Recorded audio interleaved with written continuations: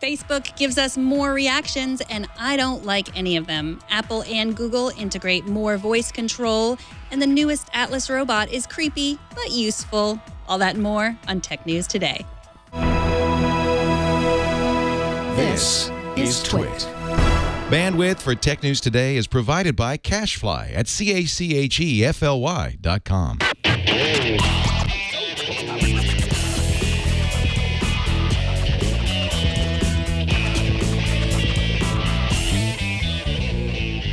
This is Tech News Today, episode 1456, recorded February 24th, 2016. This episode of Tech News Today is brought to you by the Ring video doorbell. With Ring, you can see and talk to anyone at your door from anywhere in the world using your smartphone. It's like caller ID for your home. Right now, get free expedited FedEx shipping when you go to ring.com/TNT. And by Igloo software. Igloo is an intranet you'll actually like. It connects people with the information they need to do their best work. Try it for free at igloosoftware.com/twit or sign up for a live demo to see it in action.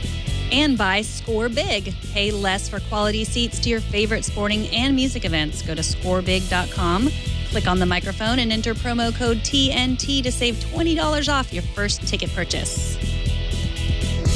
Hello and welcome to Tech News Today. This is the show where we cover all the tech news. Everything. All the things. Except the things that we don't. Yes, but all the things you need to know about technology with people who love technology. I am Megan Morrone. And I am Jason Howell. So this time, to say 2016 instead of 2016, I had to actually write out the words in the prompter. Like, write them out.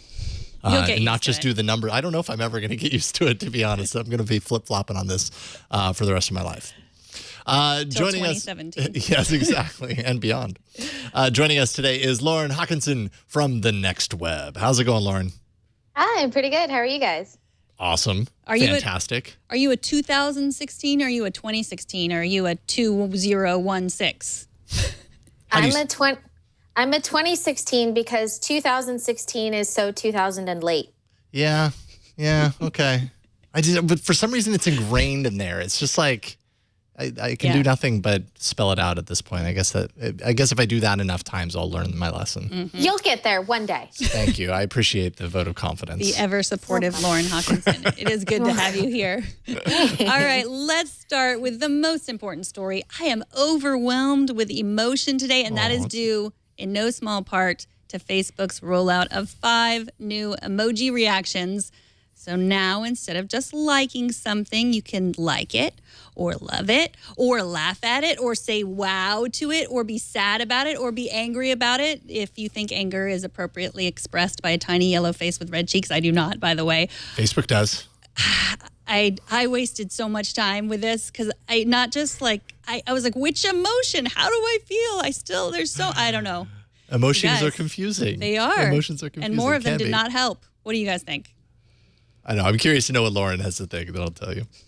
Oh, yeah. Okay. So everybody wants to know what the internet teen thinks. No, I mean, I think that it's something that Facebook has been exploring for a while. The idea that the thumbs up like button really didn't work necessarily for all kinds of news that people share on Facebook. It felt really weird, for example, to click a thumbs up when you are trying to, say, express condolences for someone who's recently experienced a loss or has undergone an accident. I had a friend of mine fracture her jaw, and it just was like, what do I do here? Like, do I push the thumbs up? I feel bad that she has hurt herself, but it doesn't necessarily translate. And I think that that's sort of the gap that Facebook's trying to bridge at this moment by saying, like, there are a few common emotions that are expressed on Facebook, and we want to make sure that you can, do those things and feel like, it's not just represented by this one umbrella icon or feeling,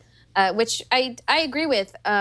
But I don't know. To me, when I was using it, it still feels like there's like a level of friction involved. Like when do I push like and when do I push love? And what's the difference between being like angry at something or sad at something? How am I going to accidentally offend my friends and disappoint them like in a brand new and interesting way by pushing the wrong emotion? I think that people are going to take some time and have to try to figure out how to incorporate all these things into their like internet lexicon per se. And then probably after that, we're all just going to realize that it's normal and everyday and it's not going to bother us anymore. Yeah, that's exactly how I feel. I'm happy that it's there though, because I've definitely been in those situations where I'm like conflicted. I want to acknowledge, that's what words are for though, by the way. Exactly. You Leaving can just a comment. type your words in there. That also helps. But yes, the friction aspect is definitely something, right? Like we've got, at least if you are a Facebook user, not everybody is a Facebook user, but if you used it enough, I know, we hear from them at TNT at twit.tv. If you used it for long enough, you have a certain way of using Facebook. And so anything that deviates from that, and this is a pretty big deviation, this is a very major change to, a process that we've been doing for years now. It just adds this like speed bump where instead of this knee-jerk reaction of see post, enjoy post, tap like, now you actually have to kind of go inside your brain and figure out what your emotion is and how it translates to this thing. I also couldn't help but kind of be reminded of BuzzFeed for some reason with the big yellow ball things, that represent different emotions or reactions or whatever. And I don't know if I've ever thought that I would compare Facebook to BuzzFeed, but there you go. Well, my friend Mark Zuckerberg, he's my friend because, I get his Facebook feed in my feed, so he must be my friend, right? We should have him on the show sometime. Not really my friend. But he says people want to express empathy, and my argument to my friend Mark Zuckerberg is that's not how you express empathy with these 5 emotions. Like, that's not, I get it. Like, if you see the example they used was like the dog with the cone on his head. I'm completely comfortable, like, clicking on that sad emoji face for that. But when something really horrible happens to someone, or someone's posting a news article that is very horrible, anything, I don't, none of those emojis fit. It has to be a conversation. And I think what we're left with is leaving a comment, although I wish there were more actual face-to-face conversations about this, but that's another story. And so when you're on the website, okay, I see. I'd done this on mobile. So when you're on the website, you just tap and hold on and then eventually it kind of pops up. That's another part, actually, now that I think about it, because it really took a couple of seconds for it to really appear. Yeah. So we've gone from this thing where the news feed is this thing that you can scan through really quickly to something where you have to kind of stop and wait and smell the roses. Maybe that's not a bad thing. Maybe Facebook's telling us something. Stop and smell the roses. Hold on the like button for a couple of minutes.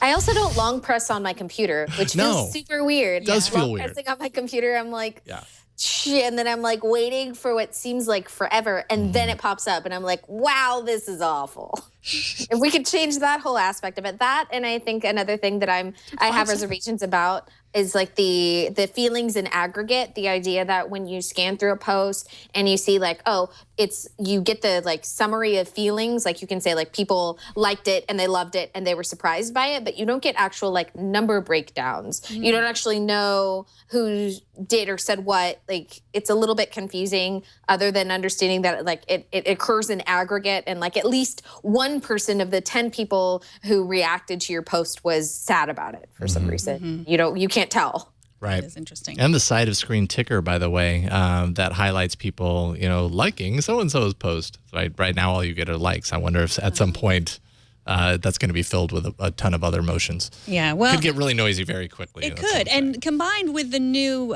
GIF button in Twitter, which I also just got this morning. Right. I mean, my entire morning was wasted because I was just like, and I have to say, and let me know if you agree with me on this, Lauren, GIFs are just much more expressive. I mean, that's the way you show empathy, animated GIFs.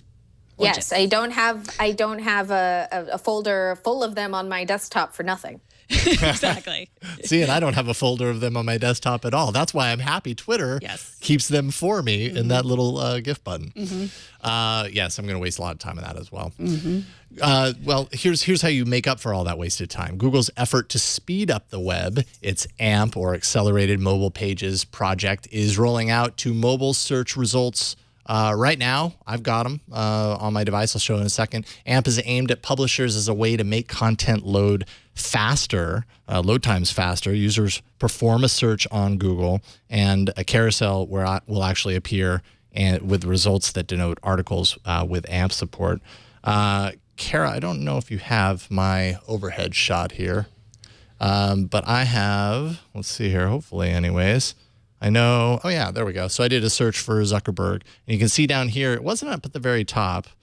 But if I scroll down a little bit, I've got little AMP results. You can see the AMP, AMP is denoted. And I can basically just tap, and it goes right into it. And the load time is super quick. Once you're in, also, you can kind of swipe from article to article.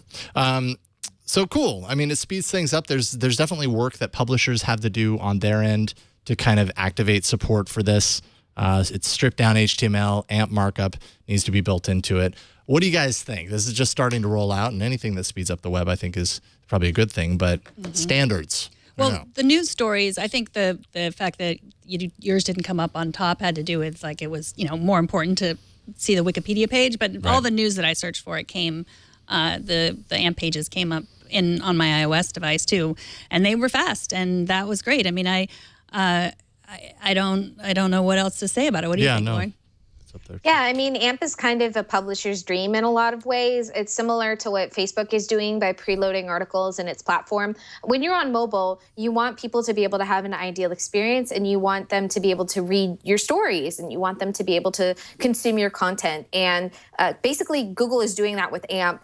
And I think that really the core process of it is that people have a better, more enjoyable experience on mobile. It doesn't affect the whole former process of being able to, you would have to go from one page to another to read a story. Now it's like, it's very quick, it's very fast, it's very easy. And also, it's really ideal for publishers because they want to be able to get that exposure. You want to be able to have your article come up first in that prime slot in AMP when somebody searches for Mark Zuckerberg, because that has an opportunity of driving, really nice traffic to your website. So from like the publisher side, from where I sit, it seems like it's really ideal for pretty much every website is going to try and clamor and get on board with this. And I think that that's probably something that Google is really betting on. Mm-hmm. And it's worth it to say that that Facebook pages or Facebook Instant Articles is not competing with AMP. I mean,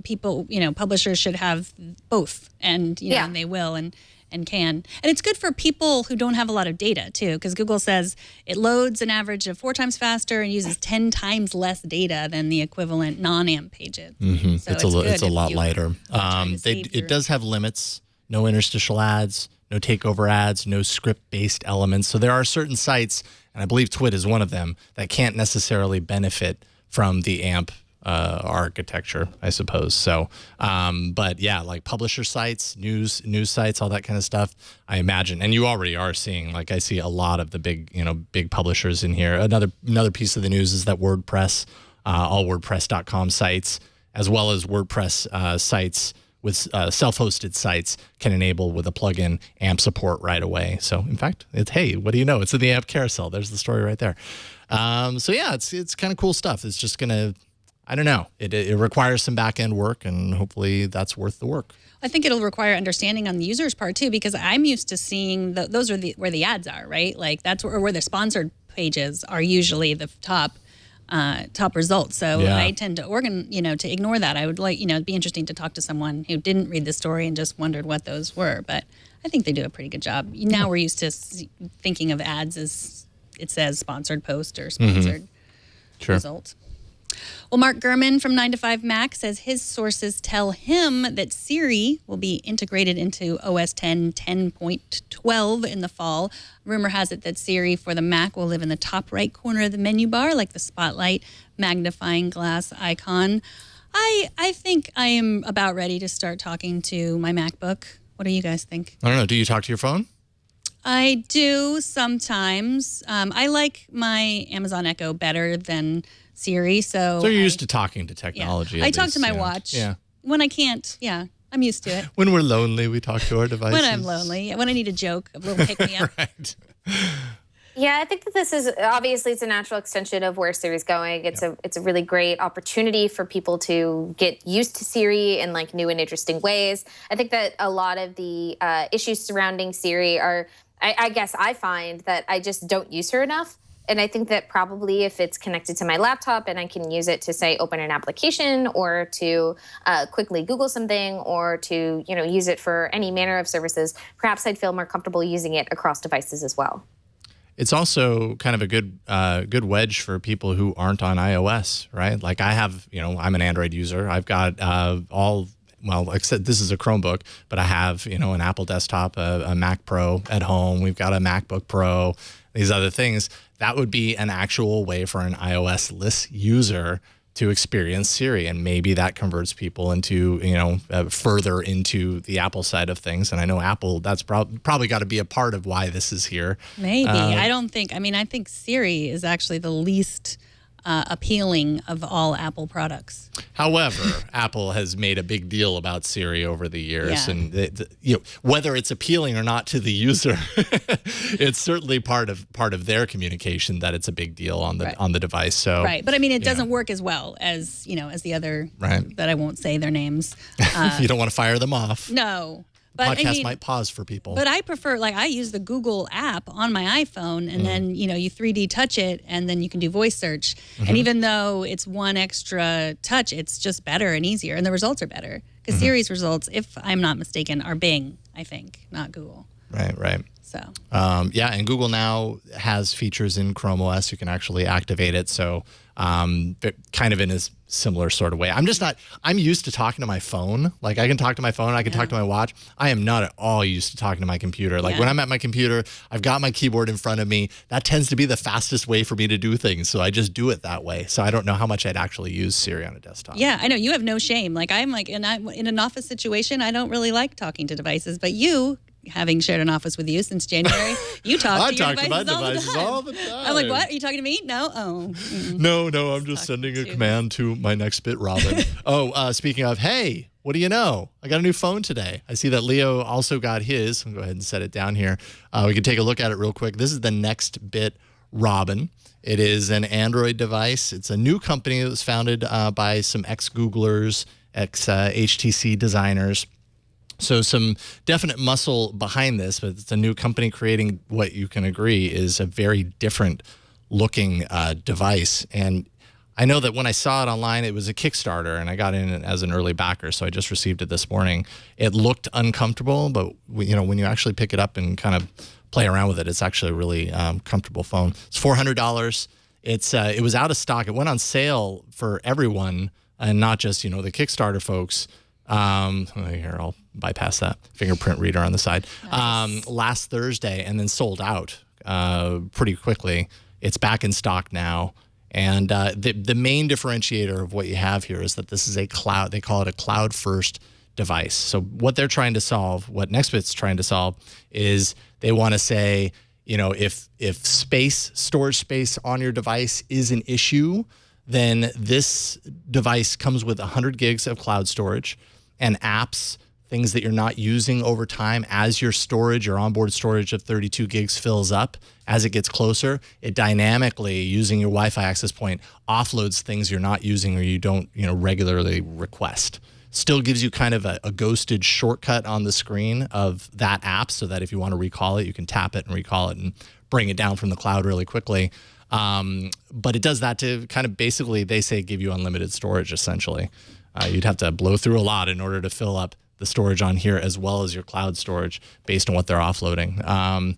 So yeah, it's an interesting concept. I've got my question for you guys is storage space that much of an issue? Like, I feel like if you need more storage space, you buy a phone with more storage space, right? Like, I don't find myself anymore, and maybe it's because I'm so used to being in the cloud, but I don't find myself going, man, the biggest issue with phones right now is that I keep running out of space on my phone. I don't have that problem on my 6S Plus, but my daughter has a 6 and she runs out of storage all the time. And I try to introduce we'll use Google Photos, just upload all your photos. And, it is, and she does a lot of videos, and kids these days, they need more storage. Kids these days. What do you think, Lauren? I guess it's kind of funny. It's an interesting problem to solve for, right? Because Moore's law exists. Like the idea that storage as a medium is going to become cheaper and cheaper as time goes on, because everything is getting smaller and smaller. It seems really interesting because, I mean, obviously with the last phone cycle, Apple kind of adjusted its pricing, right? Like you can get a bigger phone and it's not going to cost you that much more than back in the day when it was. And when I buy, you know, a new Nintendo 3DS and I don't like that it comes with a 4 gigabyte SD card, I can just switch that for a $32 SD card that I bought for $15 on Amazon, and woo, my storage problem is solved. I think that it's interesting to me because in my mind, I mean, I own a 64 gig iPhone 6S, and for me, it's like, that's so much space. I have no idea what to do with it. I'm like, ooh, I could never fill this. You know, even with all of my, you know, all the stuff I put on my phone. And it's not just, you know, music. It's not just apps. Like I have like books and books and books of my Korean lessons are like all on my phone and everything. And it's just like, I don't even think I've cracked a third of that. So it's interesting to me because in my mind, it doesn't seem like something that over time will be an issue. Like the storage is possibly the least concerning thing in my mind. If there's some way to do cloud-based battery. Yeah. Yeah, right? Like, that'd be awesome, right? Yeah, I mean, I give them props, though, because they're doing something that I haven't seen before. I have not seen that kind of like dynamic offloading of you know, your apps and your settings around your apps, too. So like when it's retrieved, it's not like you're starting over from square one with your app. It kind of picks up where you left off. So it's doing some cool stuff there. I just don't know if it's a problem that everybody has now. And, you know, there are many things that you can do if storage is an issue. And that's, you know, with an SD card that keeps it on the device. You don't even have to get involved with, you know, data transfer and, you know, the limit considerations around that and, you know, connectivity and all that kind of stuff. So, but I'm interested to play around with it. I'm certainly going to be doing a review of this on one of the shows that I do here at Twit, but I wanted to show it off because it's a unique type of phone. Yeah. So. What about for people that are mobile only? I mean, you could see. I mean, I presume that you use the storage on a laptop or a desktop, Lauren, that for a lot of your stuff, right? So if you didn't have that, I could see. Yeah, sure. I mean, there are no doubt there are people that would find this incredibly useful. I just wonder what the market is for this particular problem that's being solved. And but I am curious to see, you know, if this is kind of their starting point. Maybe the next step isn't just isolated to cloud. Maybe they try and solve another, you know, tackle another issue, and that becomes kind of their trademark. Is we're bringing out phones that are doing really unique things around these problems that we have with mobile devices. Good point. Well, up next, we've got more headlines, and not one of them is about any kind of iPhone. So I know you'll want to stick around. But first, let's take a minute to thank the Ring Video Doorbell. Today, I had some important news to tell my family. Nobody was answering the phone at home. So like any smart working mom, I spied on them through my Ring Video Doorbell. Then I got Do they watch this show? They sometimes do. They knew that I was spying on them because I got their attention through an app on my phone. You just say hello, hello, and then it's like the mom voice in the air, and they all get scared and turn around, and even the dog is like, "Where is she?" Desperate times call for desperate measures. But the Ring Video Doorbell is not just crucial to your master plan of spying on the people in your house. It's also great for making burglars think you're home when you're not. With the Ring Video Doorbell, you can see and talk to anyone at your door from anywhere in the world using your smartphone. Ring's advanced motion detection alerts you even if someone doesn't even ring the doorbell. With Ring Video Doorbell, you can talk to delivery people and keep an eye on your package. If someone tries to mess with it, you'll get an instant alert and an HD video of the whole thing. I know a lot of you have the Ring Video Doorbell. If you have a story about it, how it helped you or someone you love, email the story to me, Megan@twit.tv, and I might read it on this very show. Installing Ring takes minutes, and it works with either your current wiring or your built-in rechargeable battery. Put your mind at ease and protect your home with the Video Doorbell. Time Magazine and USA Today named one of their top 10 gadgets. Go to ring.com/TNT for free expedited FedEx shipping. That's ring.com/TNT.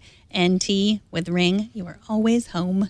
Thank you, Ring. All right, I'm sorry to do this to you, Lauren, but I'm calling this segment the LHawk block. Oh, great. Yeah, sorry about that. It rhymes. I had to do it. That's the only time I'll ever say LHawk until the next time we have you on. Anyways, you've written a number of Googly stories today. Let's tackle them. First, Google Fiber has hit many places over the past few years, but today it was announced that it's hitting SF. Tell us a little bit about the details behind Google's plans for San Francisco Fiber.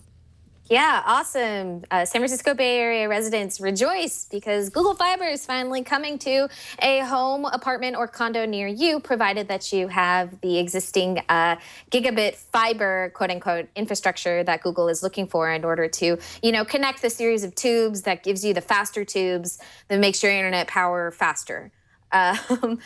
Basically what's happening is that Google, instead of laying down new fiber, new gigabit connections, it's basically working on existing infrastructure that is already in place in certain homes. Also, in tandem with that, actually, Google is doing their part in sort of community improvement by providing free fiber to federal housing, low-income housing, and also bringing an extension of one of their nonprofit programs to help teach computer and internet skills in both English and Spanish to people who really need them. Nice. Any idea as far as like when this rollout is going to happen? I mean, it's existing fiber, so that means it's not hitting the entire city, but the fiber's already there in these places. Do we know when it's going to hit? Google really didn't give any kind of solid day or time frame in which fiber will roll out, but it's likely that it will happen soon. Because everything is already in place, I doubt it will not take long to spin out. Yeah. Well, another Google story, they are apparently bringing Chromecast-like features to TVs. What kind of features are we to expect? Yeah, of course. So this is actually a great reporting from an old GigaOM colleague, Janko Rockers over at Variety. Got this really wonderful scoop about how there's a possibility that a partnership with Google and Vizio would actually create these sorts of Chromecast TVs. We're all familiar with how Google TV was supposed to look and how Android TV is supposed to look and how smart TVs look.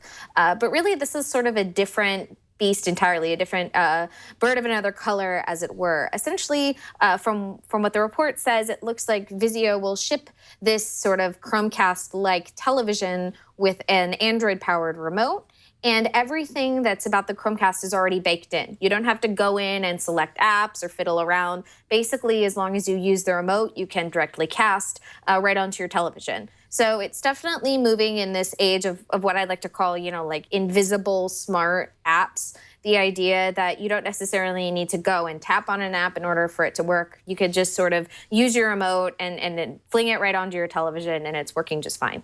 Yeah, the interesting thing to me about this is that, yes, we've seen plenty of Android TV and Google TV implemented into TV. And then, of course, Chromecast is different. It's not either of those, but Android TV does support casting, so you can cast to an Android TV.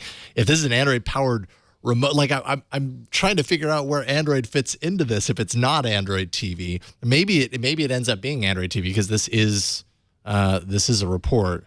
I don't know, but regardless, Chromecast in TVs, that's awesome because I love Chromecast. I use it all the time. I don't know. Me too. Do you have one? I don't have one. My dad does, and he's been a long-time fan, but I have an Apple TV and a Roku, and those two together are more than enough.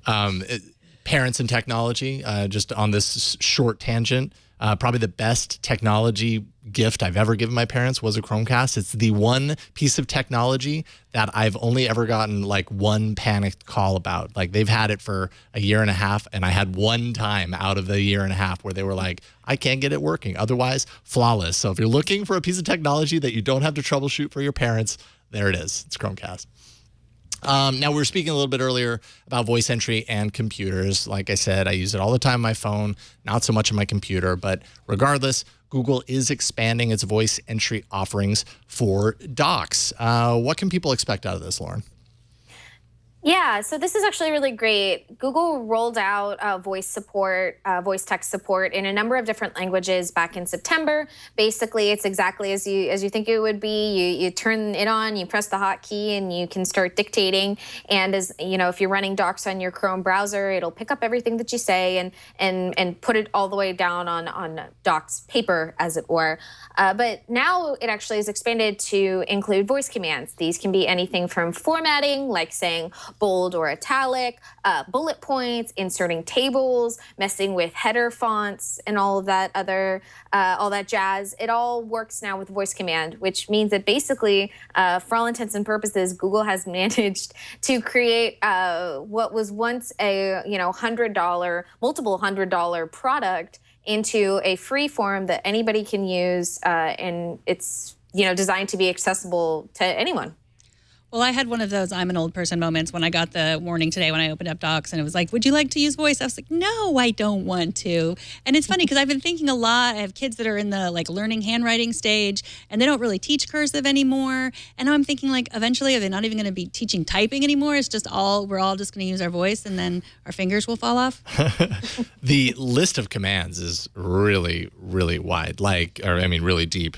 It would take a while to really understand and be able to kind of speak those commands, fluidly. It's kind of impressive looking at it, knowing that there's probably someone out there that's going to master this. I also you have to imagine a part of this, maybe is targeted at accessibility, being an accessibility feature, enabling people who maybe, would have a hard time doing things like, advanced formatting of docs and spreadsheet work and stuff, bringing it to the voice. Maybe that opens the door for some people in a way that wasn't open before. But insert table 3 rows by 4 columns, commands like that. I don't know. It's one thing to do it. It's another thing to type a phrase like that. It's an entire other thing to think it and then speak it. And they just aren't the same parts of the brain. So it would take a lot of learning, I think, to get to a comfort level with that. Yeah, I think that actually, and I have a lot of colleagues who used to just use voice dictation when writing stories, and there are people who feel really comfortable doing it. And I think you're right from an accessibility standpoint. I think that what you'll see is a lot more people will feel comfortable using Google Docs as basically their method for writing things down on a computer when it can be very difficult for them to do so. I'm really interested to see where Google is going to take this technology next. I mean, it's really wonderful that it's in Google Docs, but I'd like to see it incorporated into something like Gmail, where it could be possibly very useful for people who have accessibility issues, for them to communicate quickly and easily with their friends or their family. Mm-hmm. Well, you can use voice in Gmail now, but you mean more advanced formatting. Features? Yeah, formatting. Mm-hmm. All right. Well, speaking of Gmail, Gmail has a few new features on Android. Tell us about those. It's formatting. Spoiler alert, it's formatting. Wait, how did we get here? I don't know. Where am I? What time is it? No. So basically, this is Gmail for Android. They released a really nice mobile update for power users. Essentially, you can now underline, italic, bold, change the text color, and do a couple of other manners of text formatting in your Gmail for Android, which feels very weird. It's kind of weird to me that this didn't exist before, but now that it's here, it feels right, of course, because it seems like Google really wants to make sure that Gmail is a solid and consistent platform on any device, which I think is really important. And there are people who are mobile only or mobile first who might want to, bold something or italicize something in their email. The second thing is that they have a new instant RSVP feature, which means that now when you get an event, a calendar invite through Gmail, you don't have to worry about opening up another app or trying to figure out whether or not you're free. It now connects directly to your Gmail, and also I believe to I always get this wrong. I believe it's Microsoft Live. That's how much I use that. But I'm pretty sure it's a Microsoft account that's not Outlook. And it'll check your calendar and make sure that everything is open and free, and you can just respond to it with the tap. Yeah, I thought it was all Outlook now. Windows Live, but I don't think Windows Live exists anymore. But yeah. Yeah, interesting. I'll check it out. Okay. The last story's on you. All right. Well, here's another story that you wrote about, not about Google, but useful to us, sometimes on live broadcasts, maybe even this one. The live chat is just as interesting, or perhaps even more interesting than the show itself. Tell us what the live streaming network Twitch is doing to help people out with that. Absolutely. And as a follow-up to the last story, it's Microsoft Exchange. Yep. I found Exchange. it right okay. after. Yep. Who uses Microsoft? Well, offices, yeah. I spent a lot of years on Exchange, and they were not good ones. Let me quickly open up my Lotus notes and get back to you. Yeah, been there too. But for anybody who's familiar with Twitch, it is a video game live stream platform that's huge now. It was acquired by Amazon. It's really a rollicking good time. And it's kind of like a 50-50 experience, right? You have the live broadcast, and that's one thing. But there's also this incredibly intense, bustling live chat that goes along with these broadcasts. And broadcasters have been able to, save their favorite broadcasts and sort of have them for archives. So if you're a user who's maybe not familiar with a broadcaster, you can go into their past streams and see what they're up to. But up until now, you haven't been able to see what their companion chat looks like, unless you had a special plugin downloaded and you kind of, moved around your bleep bloops and then it worked. Basically, what ends up happening now is they have this thing, it's called chat replay, just exactly how it sounds. Basically, when you start a video that's already been archived, you will see the chat move alongside it in real time. Obviously, you won't get to participate, and anybody who has been banned or modded in the chat will also not be visible, so you don't have to worry about seeing any kind of, anything that had already been moderated out or banned.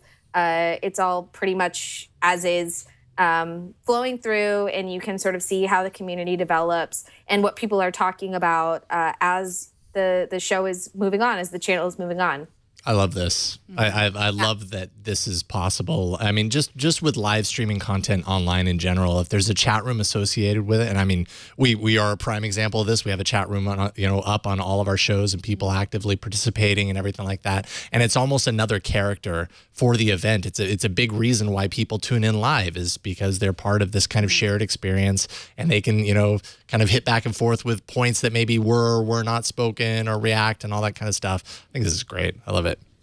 Very cool stuff. Yeah, I would rewind this chat because I think someone was accusing us of not doing proper research on our Facebook reactions, that you don't have to long press. And I assure you, I did lots of research this morning. I spent way more time than I would like to admit on the Facebook emoji reactions. So if we replayed that, we would see that chat. Yes, we would replay that. See, and I would just say, yes, we did. And someone else pointed out that the feature is rolling out slowly and differently on other people. And I was having trouble. It's different on your mobile device as it is on your desktop. And I was having trouble a little bit on my desktop too, but I used it. And I'm not proud to say that how much time I spent with the emoji reactions, but it was a lot. I don't know. I mean, while we were doing it, I was holding on the like, and it went from 2 to 5 seconds for the thing to pop up. Yeah. So it did it for me. A lot of people use Facebook. They apparently, not easy to roll out all these features. All right. We heard from viewer Trenton Moody to tnt@twit.tv. We can hear from you, too, if you send us an email there. Trenton Moody says, we hear a lot about the harassment on Twitter and about how it can be fixed. But it seems to me that the problem is introduced by the inherent nature of Twitter. In such a large, unmoderated, massively open and public community, you will make someone mad enough to harass you no matter what you say if enough people see it. There is a benefit of a smaller, more tight-knit community that can be easily managed, and it ends up being more positive, possibly.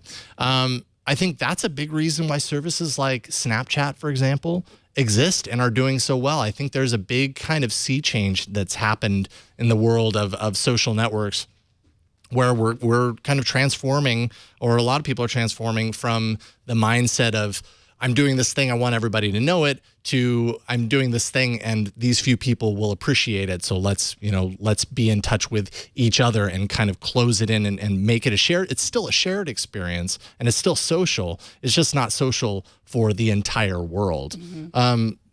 What do you think? Would you agree with that, Lauren, or where do you sit on this?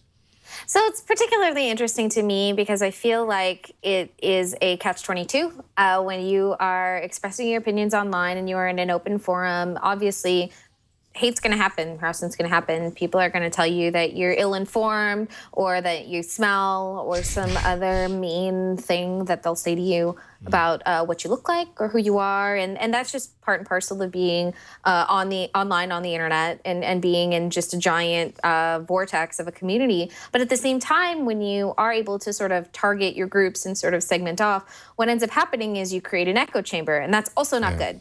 So how do you strike that balance between making sure that you have a great community with good bylaws and good ethics, and how do you balance that with making sure that you don't necessarily, how do I put this, just close yourself off? Mm-hmm. Just close yourself off. Which is what a lot of people are doing in response to kind of some of the stuff that's happening on social networks like Twitter. And they're like, you know what, it just isn't worth it to me anymore.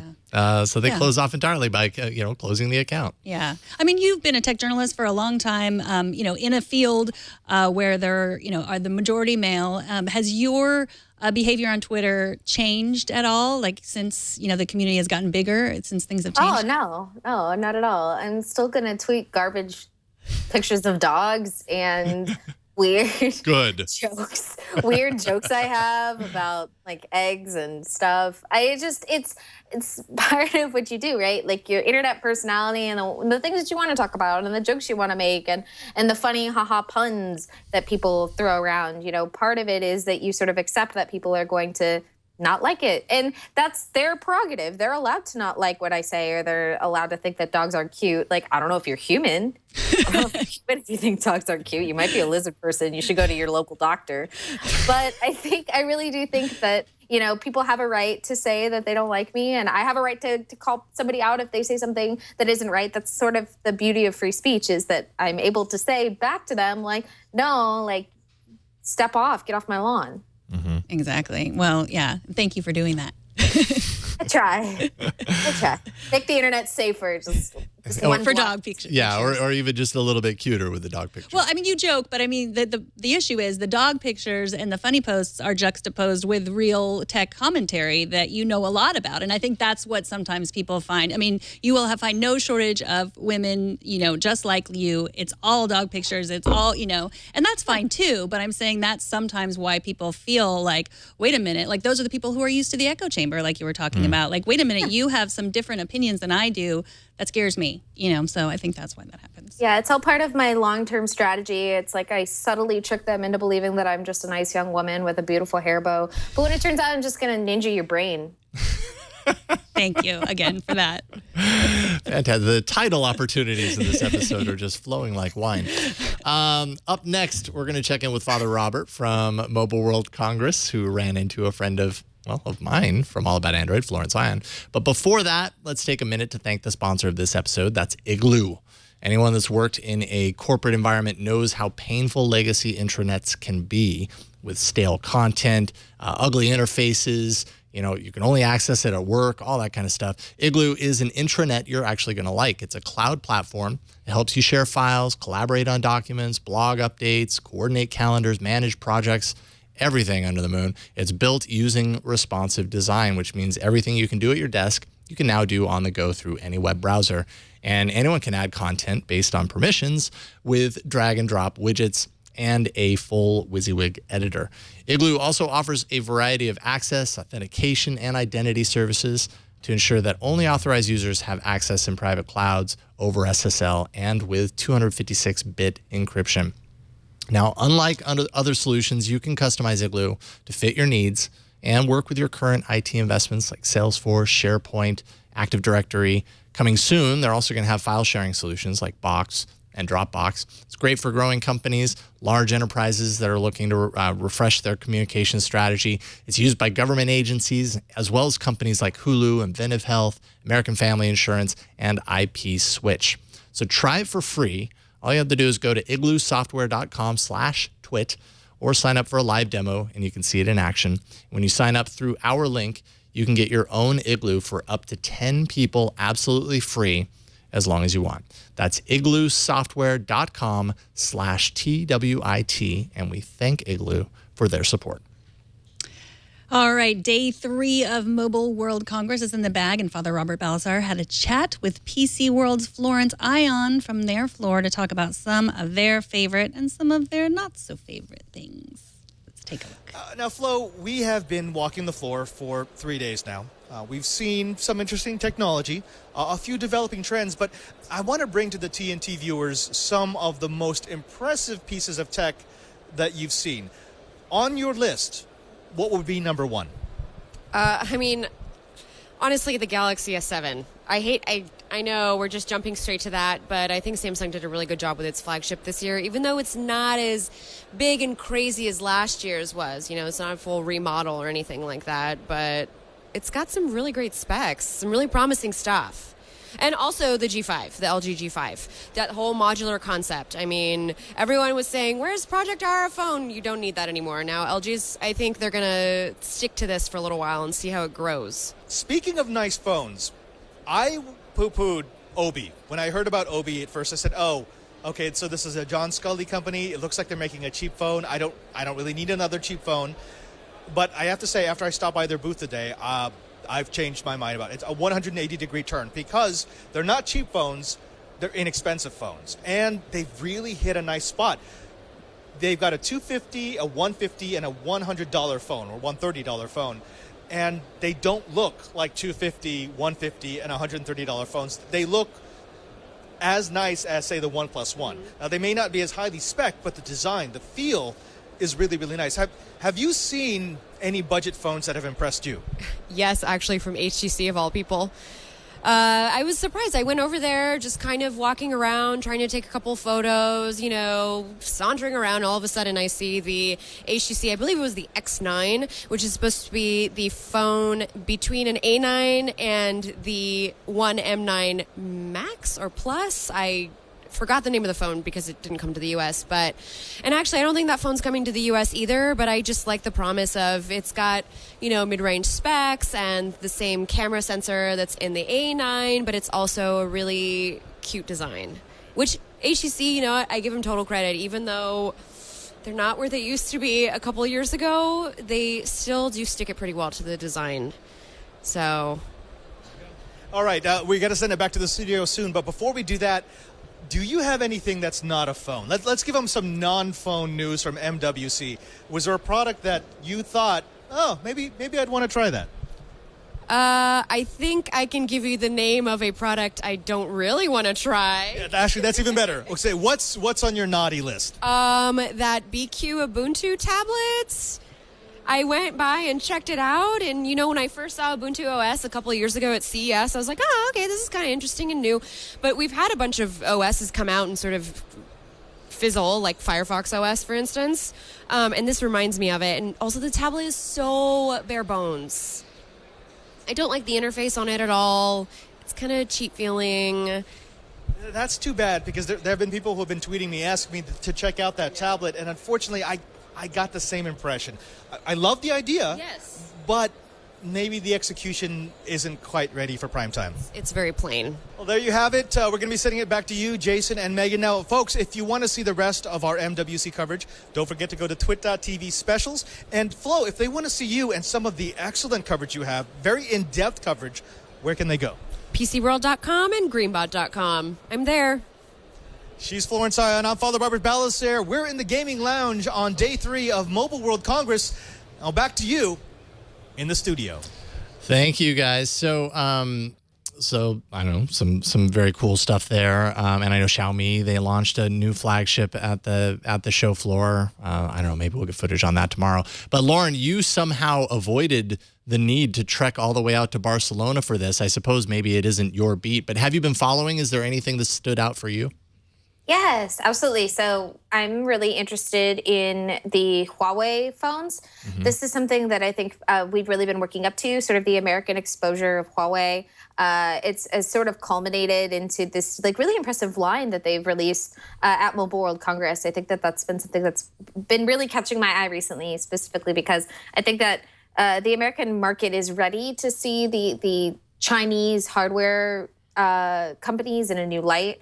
And finally, I think that finally this year we're going to see that specifically with Huawei's latest flagship phones. Yeah, Huawei's doing some really cool stuff. I mean, I don't have the phone with me because I have the Nextbit Robin here, but my daily use phone is the Nexus 6P, and that's a Huawei device, and they've really kind of upped their exposure in the U.S., like you were saying, Lauren. I mean, with that, specifically, they're working directly with Google to help them with their hardware, and I think that's really opened a lot of people's eyes to their hardware. The software, I've always kind of found leaves a little to be desired, but their hardware chops are pretty top-notch at this point. So very cool stuff. Twit.tv/specials to catch more of Twit's coverage from the show floor at Mobile World Congress.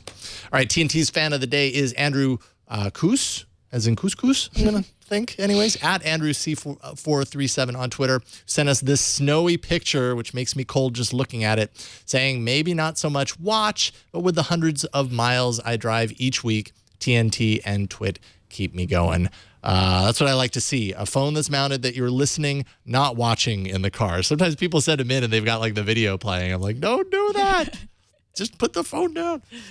Show us how you watch or listen to TNT. Just record a video or take a picture of yourself or your setup. You can post it to Instagram, Google+, Twitter, Facebook, wherever. Use the hashtag HowIWatchTNT, and hopefully we're going to find it. We'll look for it.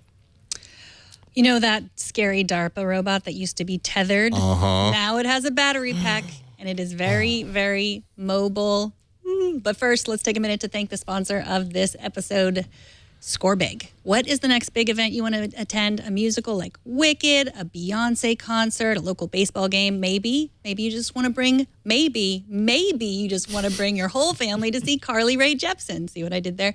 Whatever it is, you can bet that there is a way to pay less for better seats. How? Just go to scorebig.com. 40% of all live event tickets go unsold. Scorebig is making it easy to attend live events by working directly with your favorite teams and artists to get their unsold seats at unpublished prices.